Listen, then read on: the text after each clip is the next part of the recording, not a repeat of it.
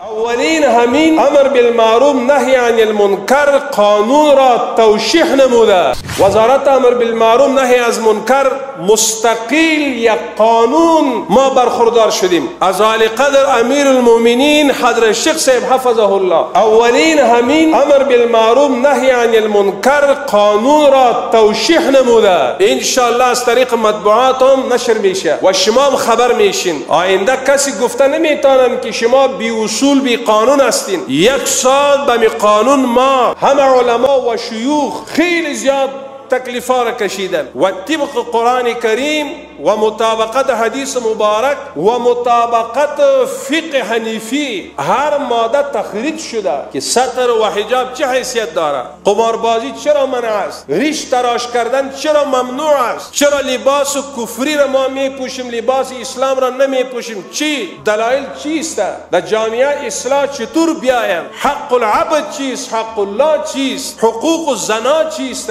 همگیر یک قانون جامع مانع یک قانون است توشیح شده. ما به همه جهان اسلام علما را دعوت میتیم بیاین آن قانون را مطالعه کنن.